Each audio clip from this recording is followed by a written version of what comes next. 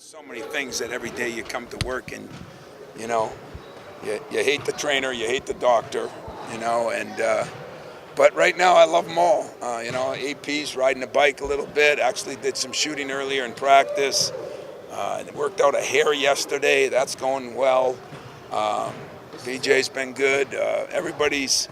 We had one of our better practices. I think there's getting to be a confidence. The one thing about playing a lot of guys and guys getting to take more ownership in the team, the guys that never got to play are now playing, and they feel more a part of it. So, as they say, with every dark cloud, there's a silver lining. I just have trouble finding it sometimes. You felt like you had to back off any in coaching just because of Well, last week I did. I told you guys that Keith, we gave some serious time off, and you know what? Just look at him, just his facial look. I said, he looked like death last week, and he's just been way better. And as I tell you, and Travis he's getting back, If he could just put a little weight on those bones right now. But Freddie, borrow him some.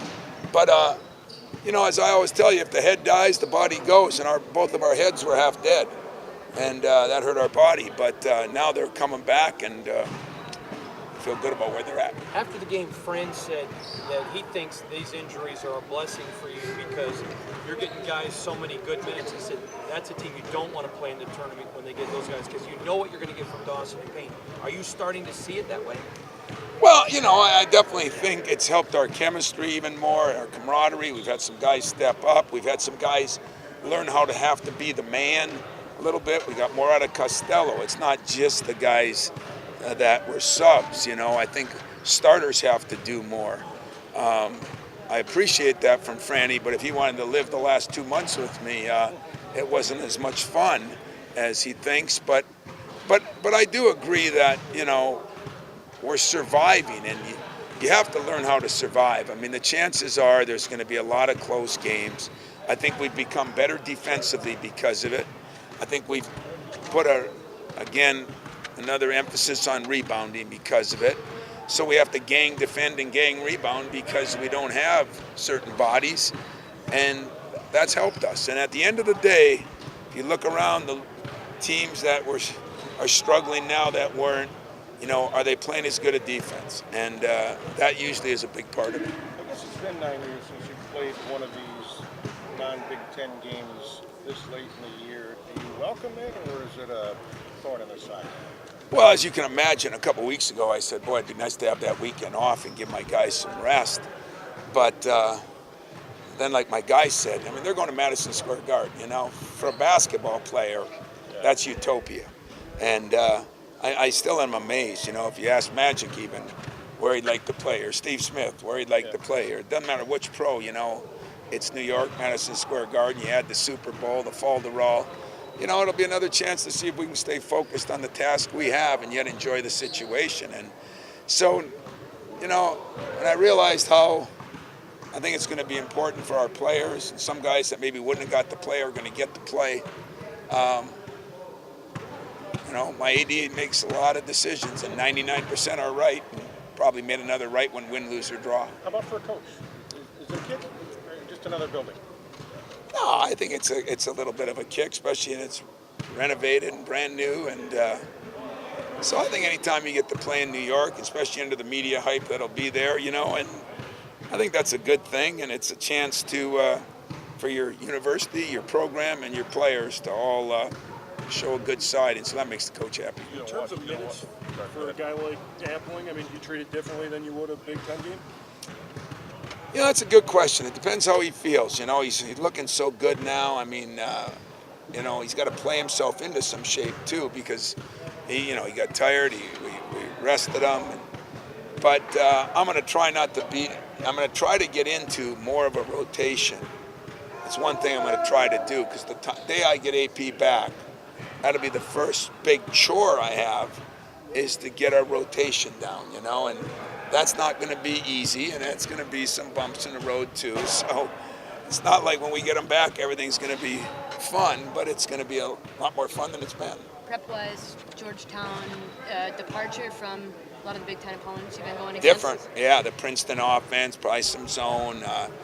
We met this morning, and Had a 7 o'clock walkthrough, and yeah, there's going to be a lot more prep to this game, and that's why even tonight at the end we walk through again, because tomorrow will be a short practice and we're off, and day of the game, other than maybe walking through in a hotel, we won't get any time on the court. So yeah, it is different, but I'm treating it more like NCAA time, you know.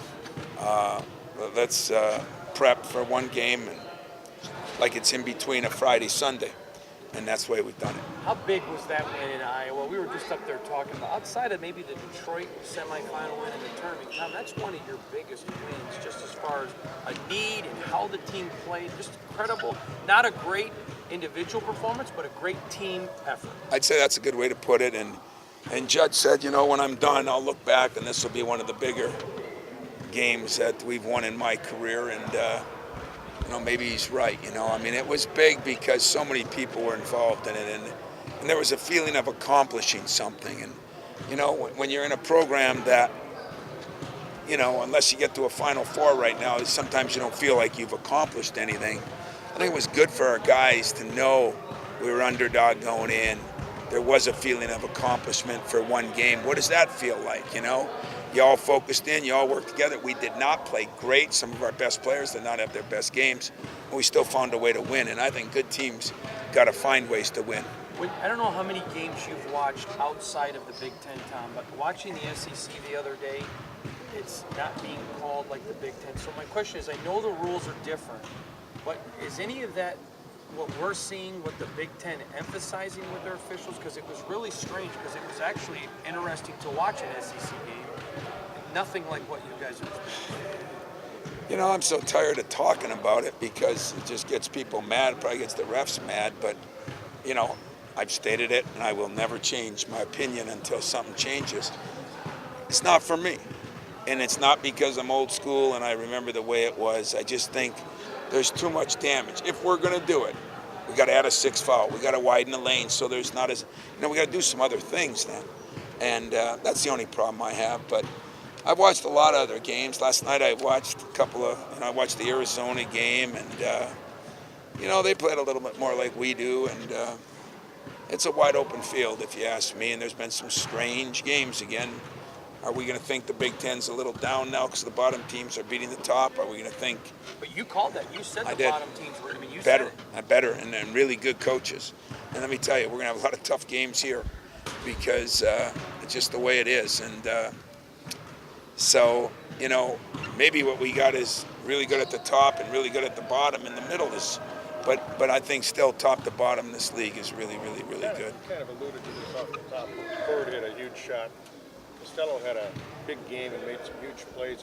It's almost like that helps form a team bonding, doesn't it? Oh, it galvanizes you. There's no question about it, and that's good because those guys that are on the bench, you know, something could happen in the NCAA tournament, something could happen in the Big Ten tournament, but just their days of practice. I mean, I don't know if that was the reason, but you know, we had a day off yesterday. Usually, a day after a day off is usually a sluggish practice. I think we had our best practice in a month. Is it because guys are a little energized, guys that got to play?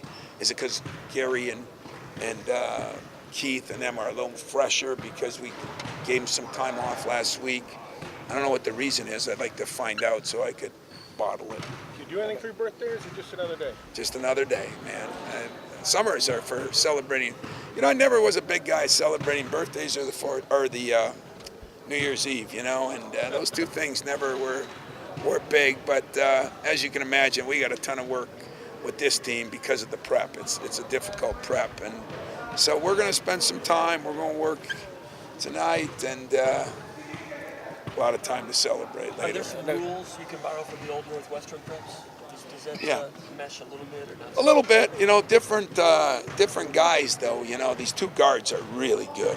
And inside they are really physical. So that's you know, it's different. A lot more athletes than Northwestern had. And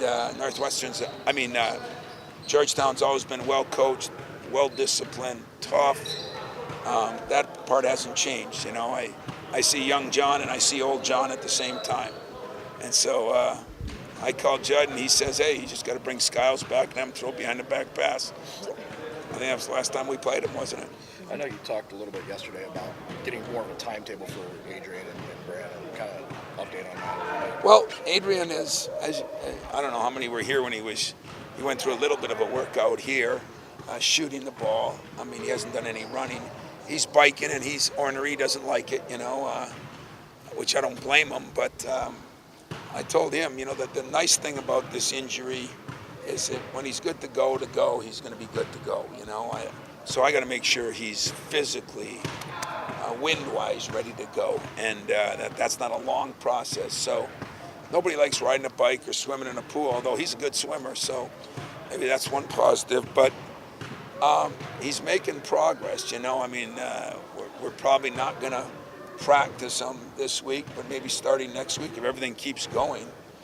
Sunday maybe Monday, because we were off Sunday, we'll start practicing him. So you've ruled him out for Saturday? Yeah, he's ruled out for Saturday. Schilling's been progressing, but this Princeton physical athletic offense, is that going to be difficult for him? Well, it was funny because the physical part won't be, the back cutting will be. So I told him to go stand by Dawson in the 7 o'clock walkthrough, because Dawson says I won't get beat on back doors, and not only did he get beat, but we got beat because he got beat so much on back doors. It's a tough prep for a freshman. And Gavin and we're going to getting those guys in and watch more and more and more film. Then you get the Madison Square Garden on the big stage, this and that. If you relax 1 minute, you're beat on a back cut. The physical part I don't worry about. He's physical enough. From the offensive side, it looked like all three of the big guys were attacking the rim, even though it wasn't dropping. Better, better. I mean, we are. Today I thought we took a step for the better, I think last week we were just trying to survive, go through the stuff but survive. Today, I mean, we talked about a lot of things, about the guards in, I think Keith, Gary, Zell, and Trav can start attacking better. I think we're holding the ball too much, too many shot clock violations, but we had so many guys at different positions at Iowa. It was a little difficult, but I didn't think we were aggressive enough, and so we talked about that, and I thought we did a better job of that today. Kaminsky, do you think his shot's been affected at all, about him trying to concentrate on defense more or be something he's not going to do anything different? Concentrate on what? I don't know about the result. I just mean when he was. No, I think that's play. one of the problems when you start a guy, and sometimes starting a guy isn't a good idea because they're nervous enough, and I think that has something to do with it. He hasn't shot the ball very well, and after shooting the ball well for a year and a half. But no, I've heard a lot of good ones. I'll put that in my computer. But shooting bad because you concentrate too hard on defense for any shooter, that's a oxymoron. That doesn't exist. Thinking about adjusting the starting lineup for Saturday? Maybe. Not sure yet, but maybe. Because of their size, is there maybe a chance, though, you go with a Ghana just because of their size? They are bigger, and we could go with a Ghana. We could go smaller. We could go with a double post. I mean, I got a lot of options, and like I said, I'm hoping, it won't be the last time because I don't know how much AP can play in the next game or two, but I'm hoping by then at least if I can get him back and get just some kind of a rotation down, that would be center for center, forward for forward, guard for guard, instead of having to move everybody so much. That would be my next real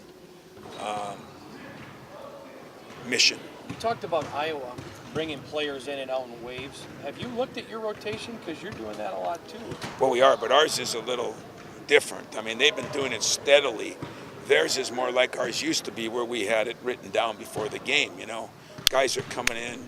Mine are coming in sometimes either fatigue, foul trouble a lot, or, they're necessity things. They're not a luxury thing. And it seems like, like Russell worked all week last week at the 3, and then we played him at the 4. And Alex, when you only have a practice or two, we were switching 4 in the last game, and all of a sudden Alex is at the 5, and he hadn't played that, and he's switching, and we weren't switching. So because of the way we play, it creates some problems, it creates some good things. But we have rotated a lot of guys, but not with any rhyme or reason, not with any sophisticated thought process. It's eeny, meeny, miny, mo, and we're in trouble. Oh, get that guy in. Josh Settles, who played for Iowa, he's your kind of guy. Yeah. your kind of player. And he said on my show the other night that the problem with beating Michigan State is you can have better shooters, you can have better whatever. But if you're not more tough, you can't win because good shooters get intimidated by toughness. I mean, that's just like saying, asking a choir for a hallelujah from you when you hear that, isn't it? Well, yeah, and I talked to Josh after. Is it Josh or Jess? I mean, Jess, excuse me. Yeah, I said Josh. It is Jess. I talked to Jess after, and and I do think the last couple games we've kind of starting to impose some toughness again, and the rebounding in that game was better against a bigger team, and we're at least making some strides now. I say that after 2 games and a good practice. We got a long way to go though, because we got great team chemistry, but no really on the floor chemistry yet. There's nothing smooth about anything we do still. But I think we're going to be able to get that back. I really do. I don't know like any of us have seen you smiling at this close to February. I'm smiling because I'm tired. You mentioned something about holding the ball too much, or whatever against Iowa. The zone offense there in overtime. When you look back at that, Well, I thought 2 things we did a poor job of that we normally are very good at. We never attacked that press. And I didn't want to get into a running game once I got some guys in foul trouble and tired. But that was terrible, We did a bad job of that, and I didn't think. Did you want to, or were you trying to hold back a little bit? Just a little bit of both. Yeah. We didn't have the right guys in the middle to attack it, and our guards were, so a little bit of everything. But then that zone offense, one thing we missed was BJ in the middle because he's gotten to be a better passer, and he was getting a little more active in there, and we had some guys in there that weren't that way, and that created a little bit of a problem. But so I blame me more. I just got to get more guys some time in there. We put in a few new wrinkles in our zone offense today because I think we'll get zoned a little more in the next game. How do you like those new uniforms? I haven't even. I saw the prototype. I haven't even seen the real McCoy yet. You know what? As dumb as it sounds for a kind of a guy that doesn't like all the things, I like it. You know why I like it? Because I come down and the players are fired up. And if a uniform makes them feel good, it gives me a little more leverage to get after them. I'm cool with that. Did you see Hollis baiting you today to get on Twitter? Wishing you a happy birthday and cake and ice cream, but you'll never see it because you're not on there. Yep, and you know what?